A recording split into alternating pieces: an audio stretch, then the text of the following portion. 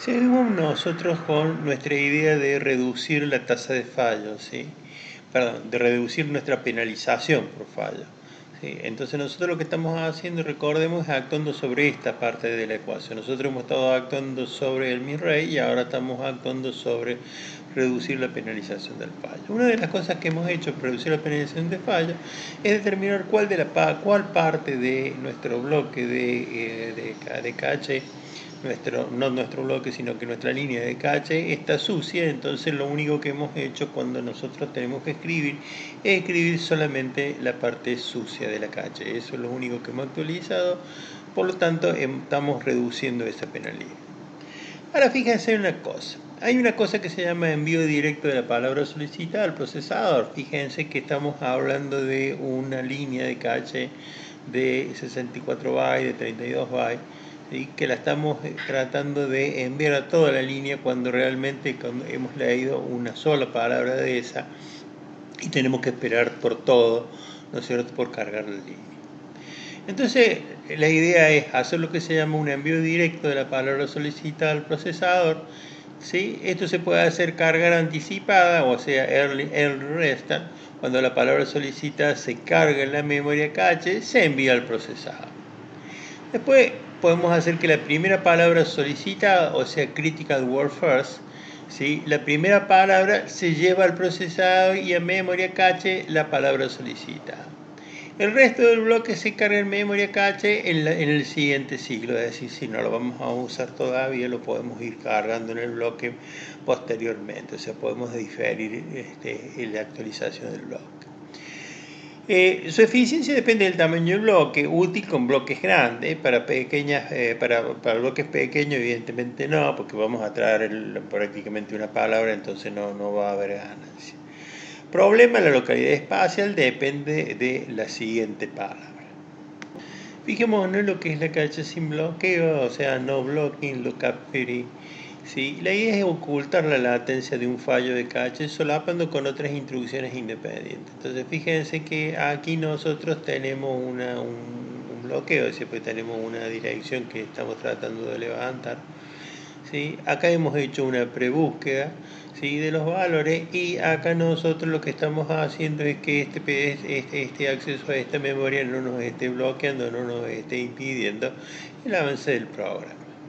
Fijémonos exactamente lo que estamos diciendo. Estamos diciendo que la cache, ¿no es cierto?, si nos produjo un fallo, ¿sí?, podría ser que nos impidiera el avance de la ejecución del programa. Lo que estamos diciendo es que eso no debe pasar, es decir, que se permite que la ejecución siga aunque se produzca un fallo, ¿no es cierto? Bueno, evidentemente no se debiera necesitar el dato para que pudiera seguir avanzando el programa. Esto evidentemente va a pasar sin ningún lugar a duda en los procesadores que tengan multihilo, ¿sí? Entonces fíjense que si un fallo sin servir sigue ejecutando, ¿no es cierto?, y proporcionando datos que están en la cache. Es decir, que si haya producido un fallo no me va a producir un bloqueo. Un bloqueo quiere decir que no puedo seguir accediendo a la cache. Fíjense que hay algunos ejemplos, y los beneficios dependen de la planificación de las instrucciones. Requiere interfaces de memoria evidentemente mucho más complejas. Fíjense en lo que estamos diciendo aquí, ¿sí? Se produce un fallo, ¿no es cierto? Se para, dice, la CPU para hasta que el dato, ¿no es cierto?, me accede. Es decir, todo este tiempo estoy accediendo a memoria y la CPU ha estado parada todo ese tiempo. Ahora fíjense aquí que nosotros se produjo un fallo, ¿no es cierto?, y aquí hay un acierto, y la CPU ha seguido funcionando, no se ha trabado, no se ha bloqueado por este fallo. Bueno, aquí no tuvo, digamos, tuvo otro fallo y por algún motivo no pudo seguir. Pero fíjense aquí como nosotros tenemos este diagrama en donde nos muestra que puede haber múltiples fallos. Entonces hay múltiples accesos, digamos, a memoria por cada uno de los fallos, y la CPU sigue ejecutando. Es decir, no solo, digamos, uno podría pensar que, bueno, no se va a parar si tengo un solo fallo, pero si tengo dos, posiblemente se pare, como lo está mostrando esta imagen que está acá. Pero yo podría decir, no, mira, la verdad que yo podría soportar múltiples fallos. Evidentemente eso lo va a hacer más complejo, pero la idea es que no se pare ¿no es cierto? Porque se hayan producido múltiples fallos de acceso a cache. Evidentemente que si queremos lidiar con los múltiples fallos, ¿no es cierto?, debemos guardar un registro de cada uno de los fallos para que cuando el fallo haya sido resuelto nosotros podamos resolver la petición. ¿Sí? Hay que asociar un registro a la petición cuando se indica un load sin bloqueo. Entonces fíjense que acá hay un load, este load que quiso acceder a una dirección de memoria. Evidentemente tiene dos cosas interesantes. Una es la dirección a la que yo quiero acceder y otra es el registro al que yo quiero servir y evidentemente el formato del registro al que yo quiero servir. Entonces esta información es necesaria en el control de la función. La dirección del bloque que produce el fallo, la entrada de la cache para el bloque, el ítem en el bloque que produce el fallo y el registro donde se va a almacenar el dato. ¿Sí? Evidentemente cuando esto esté listo habrá que avisar de alguna forma. Acá hay algunas implementaciones, que es el MSHR, Smith Status Holding Register, ¿no es cierto? Que son estos registros que nosotros tenemos puestos aquí, que tiene un bit de validez, el destino y el formato y la palabra. ¿Sí? Fallo primario, fallo secundario, estructura que tiene este bloque de 32 bits, ¿no es cierto? Y palabras de 8 bytes. ¿Sí? Solo, digamos, cada uno de estos tiene solamente un fallo por palabra, ¿sí? Para ser atento. Veamos qué impacto tiene esto, ¿no es cierto?, de cache sin bloqueo.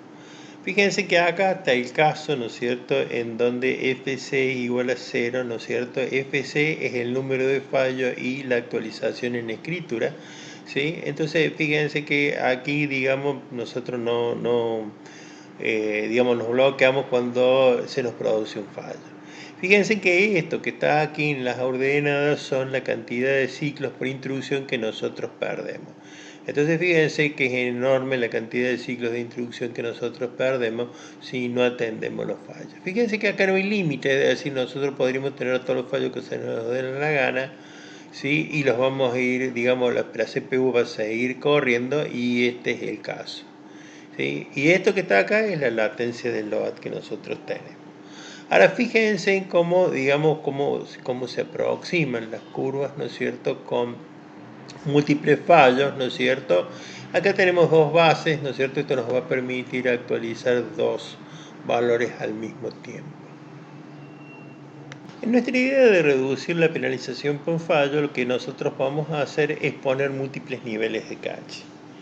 ¿Sí? Es decir, vamos a tener cache más grande y más rápida, ¿sí? Entonces esto, digamos que lo que vamos a haber logrado es que la memoria principal se comporte como una cache, ¿no es cierto? Entonces me dé los servicios que me estaría dando una cache.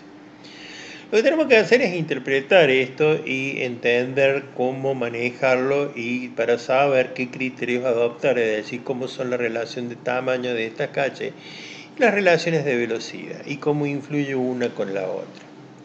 L2, ¿no es cierto?, es el tiempo de acceso medio a memoria, O sea, el tama ¿no es cierto?, es el tiempo en un hit que yo tengo en L1 más el mid rate que yo tengo en L1. O sea, todo esto, digamos, que el tiempo que yo accedí bien, que estuve bien, esto es el tiempo que yo le erré, ¿sí?, por la penalidad que tengo en haberle errado. Entonces la suma de estos dos tiempos me da a mí el tiempo. Estos son los que le pegué, estos son los que le erré, sumé los dos tiempos, ¿sí? Y entonces me da el tiempo, ¿no es cierto?, de acceso medio a memoria. Ahora, la miss penalty, ¿no es cierto?, que es esta penalidad que está acá, es decir, la penalidad que yo tengo por acceder a L1, son los hits que yo tengo, ¿no es cierto?, en el tiempo de L2, o sea, los que yo le pego a L2, más los que no le pego a L2 por la penalidad en L2. Fíjense que la fórmula es exactamente la misma, lo que está sucediendo es que ahora lo estoy viendo desde la cache 1 hacia la cache 2, antes lo veía desde el procesador hacia la cache 1. Entonces cuando yo vengo y digo cómo es el tama, ¿no es cierto?, el hit del L1 más el mid rate del L1 y entonces aquí reemplazo esta otra parte de la fórmula y tengo los hits de L2 más los mids de L2 más los mids de L2. ¿Sí? Entonces ahora me quedó, digamos, una fórmula que me dice cómo, ¿no es cierto?, cómo va sumándose los tiempos a medida que yo voy accediendo a las diferentes caches. Ahora veamos un par de definiciones que son la tasa de fallo local, que son los fallos en esta cache, dividido por el número total de acceso a esta cache, ¿no es cierto? Eso es lo que se llama la tasa de fallo local, es decir, digamos, el porcentaje de fallos que yo tuve en acceder a una cache. Ahora, en cambio, la tasa de fallos globales son los fallos en esta cache dividido por el número total de accesos a memoria generados por el procesador. Entonces yo quiero saber globalmente si cómo este pedacito de cache está, digamos, afectado por todos los accesos que yo tengo. La tasa de fallo global es muy importante, ¿no es cierto? L1 afecta directamente al procesador, accede a un dato en el ciclo del procesador. Y L2 va a afectar a la penalidad de L1 reduciendo el tiempo medio de acceso. Vemos lo mismo que dijimos en la filmina anterior, pero con alguna serie de detalles más y con un ejemplo. O sea, nosotros queremos saber cómo los fallos se sirven leyendo bloques de la memoria principal. Una alternativa para disminuir, ¿no es cierto?, la penalidad de los fallos consiste en disminuir el tiempo de acceso a la memoria principal. Para esto lo que estamos haciendo es poniendo un segundo nivel de cache. Entonces lo que hemos dicho es que el tiempo medio de acceso es igual al tiempo medio de acceso de acierto en N1 más la tasa de fallo que tengo en 1 por la penalidad del fallo que yo tengo en 1.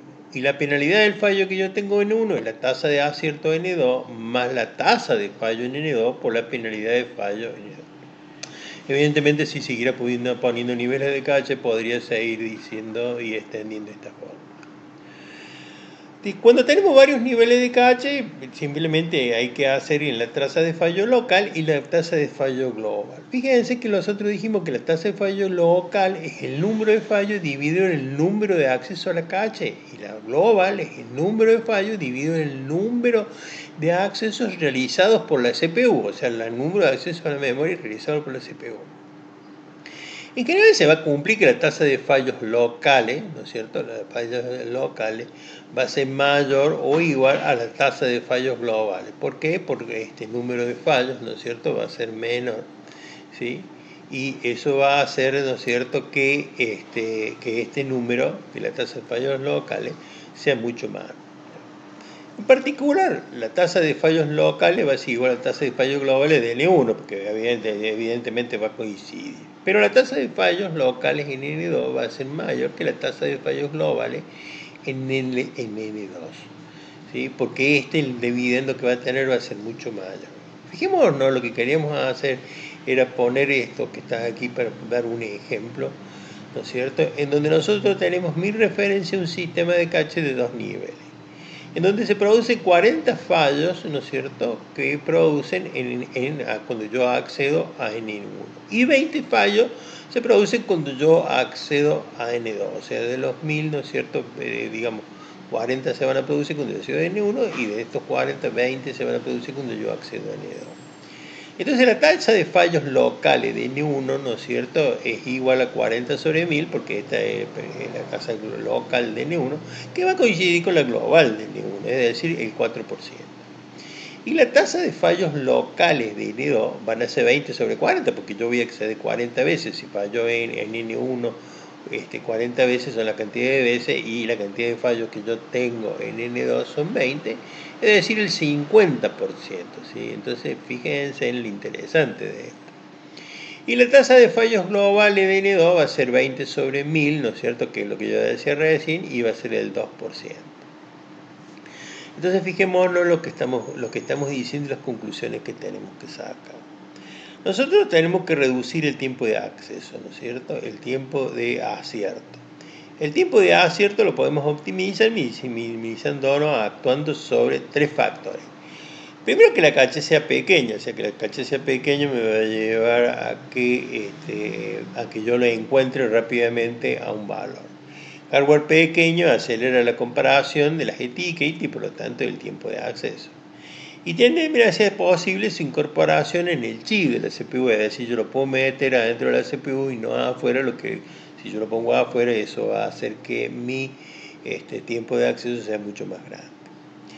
Entonces, otra de las cosas que yo puedo hacer es evitar traducciones de las direcciones, ¿no es cierto?, en la cache, y utilizar direcciones virtuales directamente, o sea, asociar a la cache la TLB para que las direcciones sean traducidas directamente. Ahora, la escritura segmentada para rápidos aciertos de escritura. A ver, es más lento escribir que leer, y es porque yo puedo leer en paralelo. Por ejemplo, yo mientras estoy comparando puedo estar leyendo, y si lo que compare no es cierto, descarto la lectura. Pero yo no puedo estar escribiendo mientras estoy comparando, porque si lo que yo quiero escribir no es cierto, no puedo descartar la escritura. Entonces esto hace, ¿no es cierto?, que digamos que la lectura sobre la escritura sea mucho más rápida. Sigamos adelante con un gráfico más. Observemos cómo se va a compartir la tasa de acceso global, o sea, la tasa de fallos local y la tasa de fallos globales, ¿no es cierto?, en un sistema de memoria donde L1 es de 32K y L2 va aumentando de valor, ¿no? Entonces fíjense lo que sucede. Fíjense que acá están los 32K, es decir, en este pedacito de la línea que está acá están 32K. Evidentemente, cuando nosotros querramos acceder a L2 que tenga menor valor, ¿no es cierto?, la tasa de fallos locales va a ser muy alta. Y va a ser muy alta porque evidentemente si nosotros tenemos 32K en L2 y 32K en L1, las cosas que no tienen en L1 tampoco van a estar en L2. Cuando vemos que empieza a aumentar el valor de L2, esto que está acá nos está mostrando cómo aumenta el valor de L2, la tasa de fallos locales de L2 empieza a disminuir, porque evidentemente, ¿no es cierto?, el número de fallos por el número de accesos a esa cache, es decir, el número de accesos va a permanecer más o menos lo mismo, porque en realidad L1 permanece constante, entonces la tasa de fallos sobre L2 va a aparecer, pero la cantidad de aciertos que nosotros vamos a tener, o sea, el número de fallos que vamos a tener, va a empezar a disminuir. Y esto es lo que estamos viendo en esta parte de la curva, ¿sí? Entonces fíjense que la tasa de fallo local es una medida, y el tiempo de acceso L2 solo afecta al tiempo de penalización. Fíjense que el tamaño de L2 tiene que ser mucho mayor que el tamaño de L1, porque si no la tasa de fallos locales de L2 es muy grande, entonces no tiene sentido tener una L2. Entonces la conclusión es bien clara: L1 chica, L2 muy grande. L1 chica con el fin de que sea simple, que esté cerca del procesador, que sea rápida y que nos permita, digamos, encontrar rápidamente un valor que está. L2, ¿cuál es el tema? El tema es que mitiga el tiempo de acceso, ¿no es cierto? Entonces, que haga que sea mucho más chico el tiempo de acceso, es decir, esa penalización que yo tenía cuando fallaba con L1, ¿sí? Pero teniendo una tasa de acierto local que tienda a ser importante. Volvemos con nuestra fórmula, a ver qué podemos seguir haciendo para reducir la penalización de los fallos, ¿sí? Nosotros, fíjense que hemos dado prioridad a las lecturas sobre la escritura, hemos reemplazado, ¿no es cierto?, hemos reemplazamiento de su bloque, o sea, hemos achicado los bloques.